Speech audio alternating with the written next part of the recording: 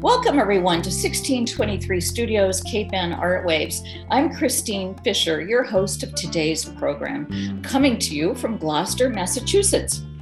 My fellow co-host Jacqueline DeFalco and I, first off, want to acknowledge our 2021 sponsors.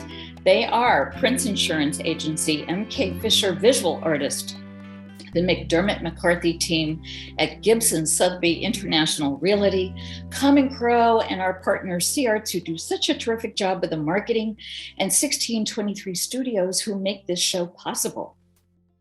We are also hoping to recruit new business sponsors for 2022. Our sponsors are invaluable to the success of our program. We're edging on having interviewed 50 guests and have received over 11,000 views with terrific engagement on social media. So if anyone is interested in coming forward, please contact 1623 Studios and either Jacki or I will follow up with you. Jacki and I take great delight in bringing forward uniquely talented artists and their work. Today, I'm excited to introduce a medium that has not been talked about since the start of our show in April of 2020. Jacqueline Harrington refers to herself as a botanical artist. And I'm not talking about your grandma's pressed flowers. Jacki's work is fresh, distinctive, and really quite amazing, as you will see. She's very well known in the world of botanical art, and by that I mean globally recognized, an expert in both pressed flowers and eco-printing. I'm looking forward to learning more about how someone with no formal art background takes off to become a leader with a worldwide pressed flower guild, is an award-winning competitor and judge at the prestigious Philadelphia Flower Show Pressed Flowers Competition. Jacki shows her work at many of the terrific art associations here on the North Shore, to include the Rockport Art Association Museum's experimental group, as well as the Inner Space Gallery in North Reading, Massachusetts. So have I got you curious? I hope so. Welcome, Jacki. Thank you, Christine, very much. Oh, it's wonderful to see you. I've been itching to get you on the show for a while. Very special welcome. You have such an inspirational story. Why don't we start out and talk about your journey a bit? All right. As you said before, I do not have any formal art training. It's not from lack of desire, but in my family, it was all about academics. Mm-hmm. However, there have been 3 events in my life that drew me into art and brought me to where I am today.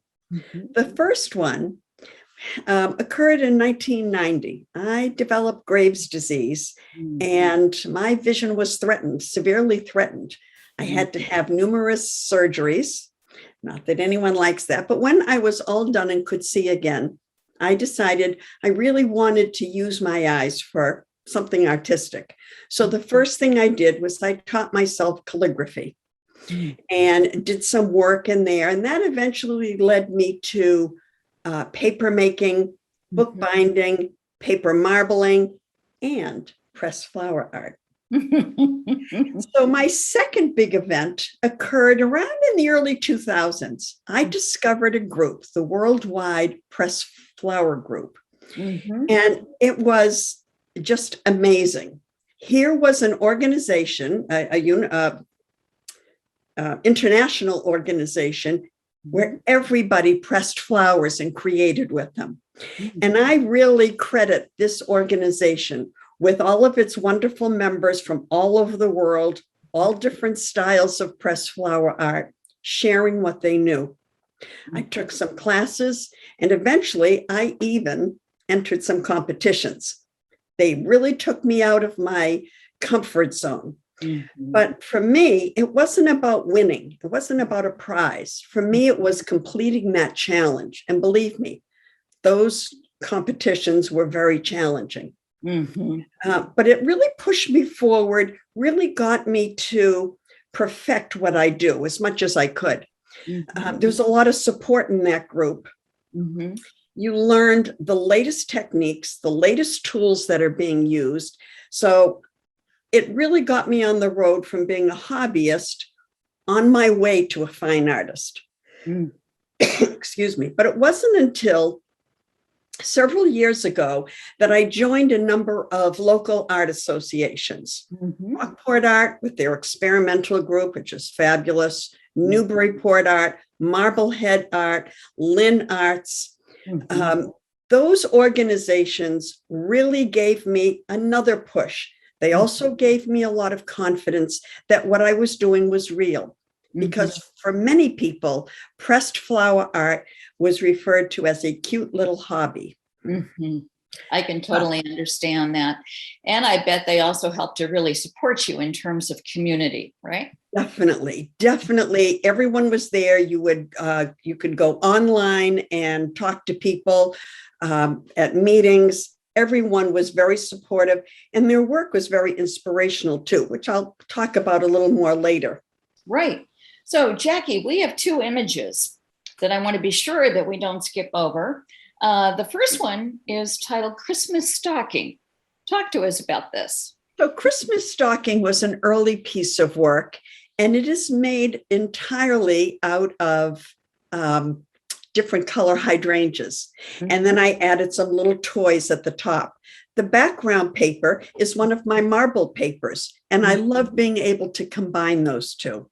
It's wonderful, wonderful. And we have a second piece titled Pear, which is a later work, I believe. Yes, it is. Pear looks very simple. There you see this big yellow pear on a table with the background. The two background pieces are my marbled pieces, but everything else in that is made out of leaves. And when I was creating Pear, I spent hours taking out every yellow leaf that I had and trying to match up colors to make the pear work. So that one, even though it looked very simple, again, combined two mediums, and that was a work of love. I think your practice is quite amazing, and it's a perfect segue for us to talk about your process a little bit more. I happen to have seen you do a demo, and I was just mesmerized by your many techniques and your thoughtful approach. So let's dive into that. So what is a day in the life of a pressed flower artist? What do we do? From spring, when things start coming to life again, through the fall, when everything is going away for the winter, I go out, weather permitting, and I spend a couple of hours every single day picking and pressing. When you pick flowers, they have to be 100% dry, and the best way is when they're first day they're fully opened, for the best results for color retention. Leaves, you have a little more wiggle room there, but they still have to be dry. So you can imagine with the rainy spring we had, the rainy June and half of July, I was not able to pick a whole lot of flowers that I normally do. I will have to wait for next year. And that's one of the hardships of pressed flower art. I also need to have a large quantity of everything, because I don't know what I'm going to be doing in February. And I can't go to the backyard in February and pick some flowers. So I need a lot there. Then we come to pressing. So what do you do with all of these wondrous things? There are different kinds of presses. There's like a traditional press that many of you have seen, and that's great for hydrangeas. Many people have also seen a microwave press, which is another type for a little faster work. But my favorite is one I learned about in the Pressed Flower Guild, and that is Desiccant Board. And this almost looks like mat board, but it is embedded with silica gel. You activate and reactivate it daily in the oven.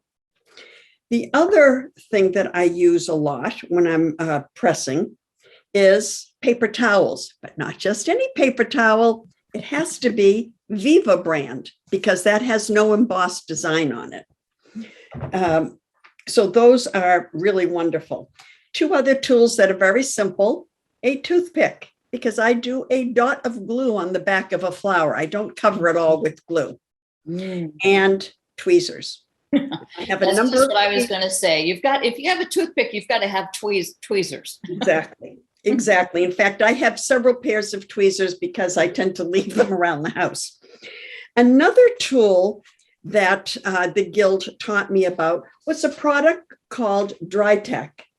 And this is a heat activated vinyl that I use all the time when I am when I am working on cards and many items like that. The last type of press that I often use in the fall is a good old telephone book. So you've seen a few presses here, but they all have something in common. They cover the flower top and bottom.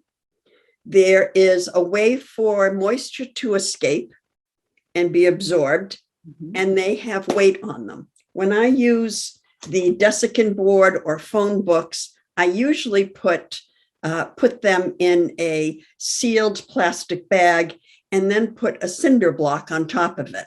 And then it comes to sealing this. And this is the other thing that I learned at the Press Flower Guild. And that was a process called vacuum sealing. And what that does is uses industrial mylar, oxygen absorbers, Desiccant board, a certain glue, and a pump. And you glue your, you make a sandwich really, with your acrylic or glass on top and mylar at the bottom and your art in the middle. And I have a special pump that pulls all the air out after gluing. And that is. Well, Jackie, you're a marvelous teacher. You're a marvelous teacher, you know, with all of your French language teaching background, right? You taught students and you just have this brilliant way of explaining. I want to be sure that we get to two pieces while you're talking about pressed flowers. I don't mean to jump ahead. So you tell me. I'm ready now. I am certainly ready to talk about Woodland Path. Yes, thank you. Let's talk about Woodland Path. We have Woodland Path 1 and 2. Yep. So on Woodland Path 1, this shows you how I've begun my picture. I start with the sky. If I'm doing a landscape, I start with the sky and some background material. And you might notice that some of the background material looks very light. I have used a piece of Japanese, very thin Japanese paper called tengucho paper to cover it. And it gives almost a misty look, and it makes some of the plant material recede into the background. Wow. And you can see that I have some trees. I usually make all the trees separately and add them as I go along. Wow. Yep. If you look at Woodland Path 2, you will see there is the completed picture. And you can see that the path is there. Originally, that path was going to be a brook or a little river, but I changed my mind partway through and it became a path. Well, it's such a delicate piece. Honestly, it's just so nuanced, Jackie. It's so nuanced. Thank you. Is there anything more that you want to share with us about pressed flowers? Well, I wanted to go in and talk a little bit about eco-printing. This is the perfect segue. Yes, exactly. So with eco-printing, you can also you can use your mostly leaf material, fresh or pressed. But most people say, what is eco-printing? What is that? And basically, it is a process that involves a long period of moist heat and different mineral salts. What that process does is opens up the pores that are at the back of a leaf so they can deposit all those inner tannins, dyes, enzymes, whatever's in there onto either paper or fabric. So you first will put your paper or your fabric into mordant, and all that is a solution that makes color permanently stay on your substrate. And then I add my leaves. I take a piece of cotton fabric and dip it into rusty water. It's an iron sulfate. Take it out, and always wear gloves with this because iron sulfate will stain your hands. Wring it out tightly, put it on top of the leaves. And then what I do is I take a piece of PVC pipe and roll everything around it very tightly because you need that tight contact. And as you can see here, I have a piece of ace bandage which I wrap around that paper or fabric, and it holds it very tightly. Then this goes into a large pot and gets steamed or boiled anywhere from 1 to 3 hours. And there's the long time for the moist heat. Wow. So yes, that's an interesting process also. And I have 2 pieces there that I would like to share with you. This is a mandala. And I love this because eco-printing is part science, part art, and for me, a little bit of magic. And so if you look at the first mandala picture, you can see where I've laid out the leaves very carefully on the paper. I then added my iron-soaked piece of fabric and rolled it around the pipe. And when you look at the finished product, you would say, now that doesn't really look exactly the same. I know that a few of the leaves wiggle around a little bit when you're trying to roll everything up. But the magical part, look at the color. Those dark purple smoke leaves are now blue. There's the magic. There's the magic. I have some red Japanese maple fronds from those thin leaves. Those are green. My greenish gray eucalyptus leaves are now yellow. And there's also some green sage leaves in there. So to me, it's just amazing. And I just am fascinated with how this all works. After pressing them, I sort them. And then what I often do, we'll put them in large glassine envelopes and store them horizontally.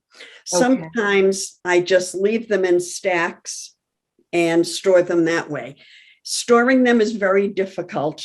Do you store them by color? Do you store them by type of flower? There are times when you need all different colors of one flower, or you just want all different colors. You want one color of a variety of flowers. So it's always an issue, and sometimes they just end up in the miscellaneous pile. I can understand that. You know, your work is so meticulous, and I think this is a wonderful segue to talk about your sources of inspiration.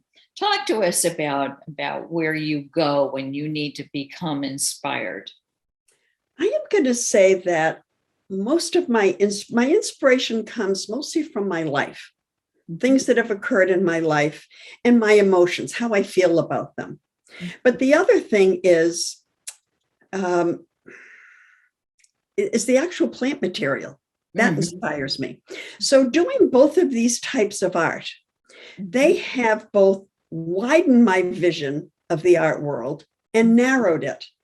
And when I say it's wider, I have been so inspired by artwork I've seen in various art exhibitions, especially when I look at abstract art, which is very different than pressed flower art. It just makes me want to open up and feel freer and try more things. So I find that extremely exciting. The other thing to make the vision narrower has to do with my appreciation of just the simple beauty of a single flower. Even certain leaves just almost take my breath away. They're so beautiful. And I love working with nature. If you look at my picture that has to do with inspiration, it is called Dreaming of My Roots. And I have been doing for the past year and a half, I've been looking into my family's ancestral roots and trying to find out more about these people. I was very close to my paternal grandparents, and they were both from a small village in Sicily. And thinking about them and working on trying to find out their parents and siblings, it really inspired this particular picture, which to me looks like a little Mediterranean village. I love this. I think this is just a marvelous, beautiful, beautiful piece. When you are inspired from your heart, it comes out in your artwork. You know, someone can suggest, could you please do a picture of X, Y, or Z?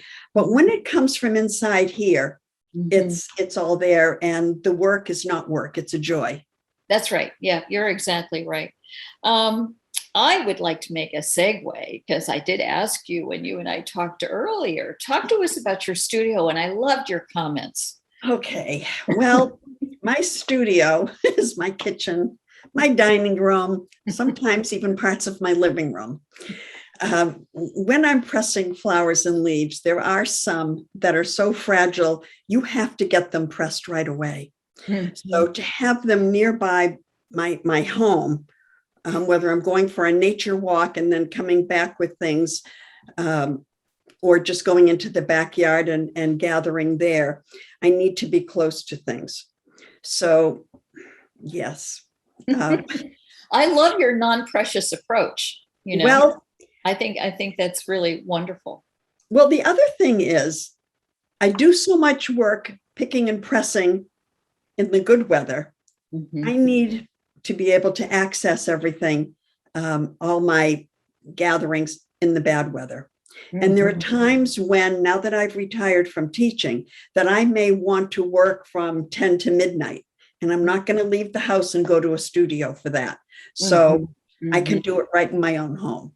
Right. You really have that kind of flexibility. And then if you leave it out, you can get some perspective on it, right? I do. Yes. When I'm working on a piece, I will often cover it with a piece of glass and clip it to something and set it up and take a look at it and see what needs work. Just kind of live with it for a little bit.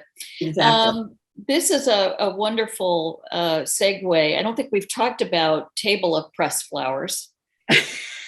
Have we? No, we have not. What you see here is one morning's work of unloading some presses. So you can see the large quantity. To have pressed all of those, I cannot tell you how many hours it took, especially for the hydrangeas, because I have to snip off at the base each one of those little florets and line them up. You can see all of the zinnia petals that have been lined up and come out of the press. So there's a wide variety. The roses, I have a lot of single petaled roses, and those press pretty well, except they're very delicate. And sometimes I have to re-glue the petals back on again. But that's just one day's worth. Wow. You have to be so delicate with your hands and the way that you handle and approach all of these individual flowerets and petals. And exactly. I mean, it's really astounding to me, the depth of technique that goes into a lot of preparation work. There really is a lot of preparation work, at least with eco printing.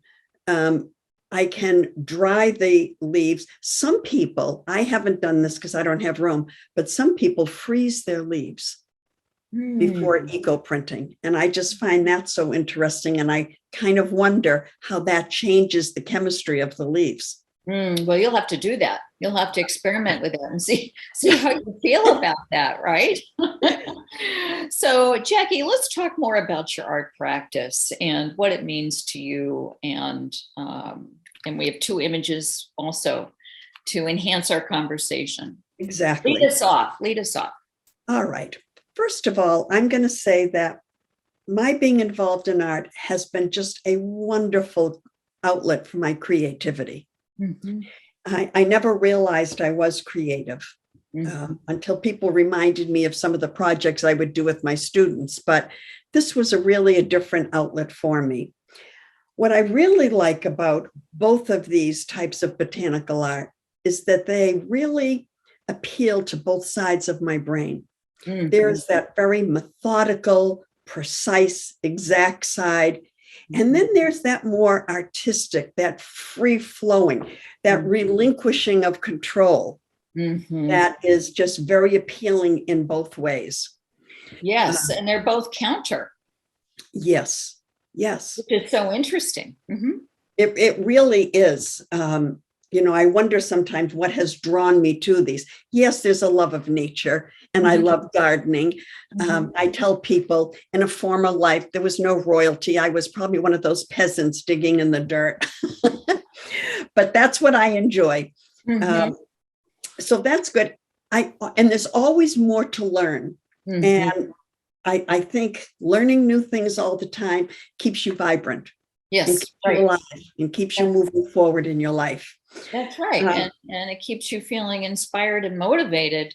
And Exactly. I would say too, for you, your practice, certainly over the recent years, since you unfortunately got Graves' disease, I mean, it's really been a path towards healing. Yep. It really has. I'll always have eye issues. And my original thing was, while I can still see, while I still have my vision, I want to use it to something that really appeals to me, that makes me happy. Yeah. And Well, you certainly challenge yourself. Done. You challenged yourself. You kind of jumped into the deep end of the pool to take up calligraphy. Exactly. So we have two images before we move on. I want to talk about sun-kissed birches and Re-Emergents. So these are two very different pieces. Sun-kissed birches is the largest piece I've ever made. It measures 22 by 28 inches. It has 16 birch trees that are made out of silver poplar leaves. So it was a long time making this, actually assembling this picture. But I've done a lot of birch tree, a lot of woodland scenes, lots of that type of landscape. And I do think, with the way the world has been kind of crazy the past few years, just so much going on, that there's something inside of me that needed a place of serenity and peace.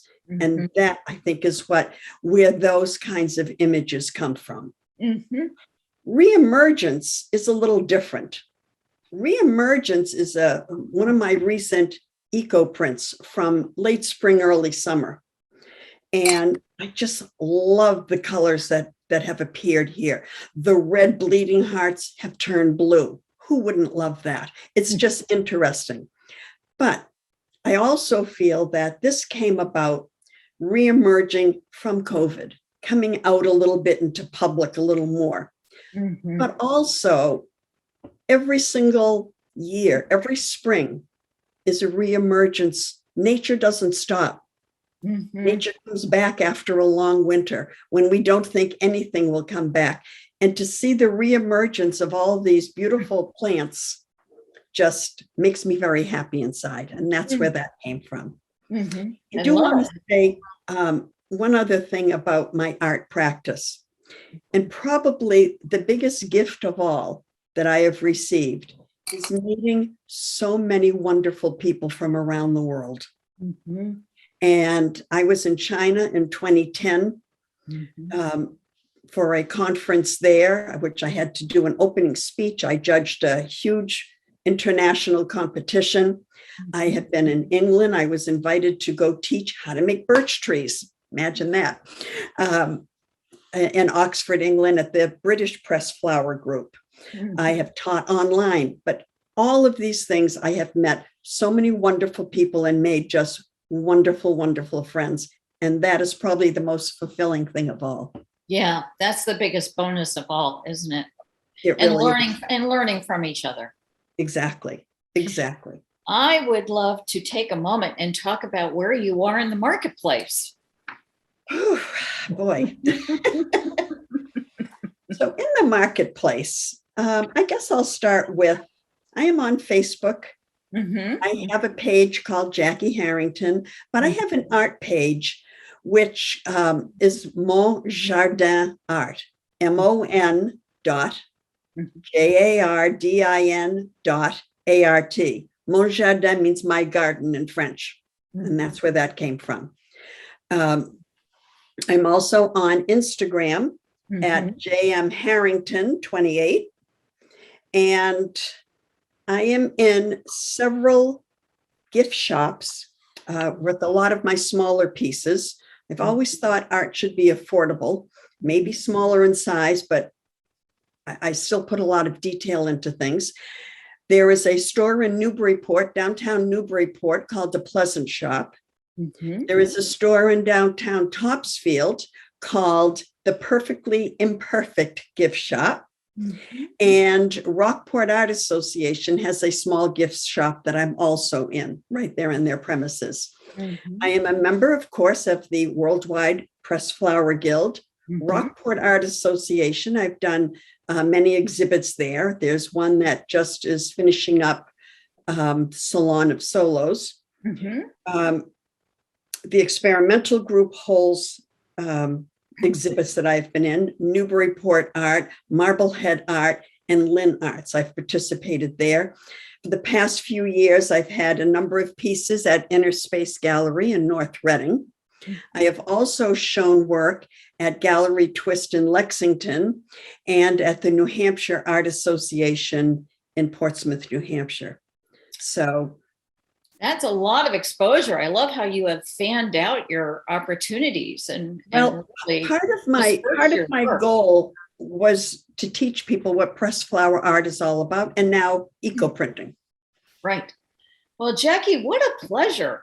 Thank you so very much. I've just been delighted to have you on the show. Well, it's been wonderful. Thank you very much for having me. Well, you're so very welcome. Folks, we've been talking to Jacqueline Harrington.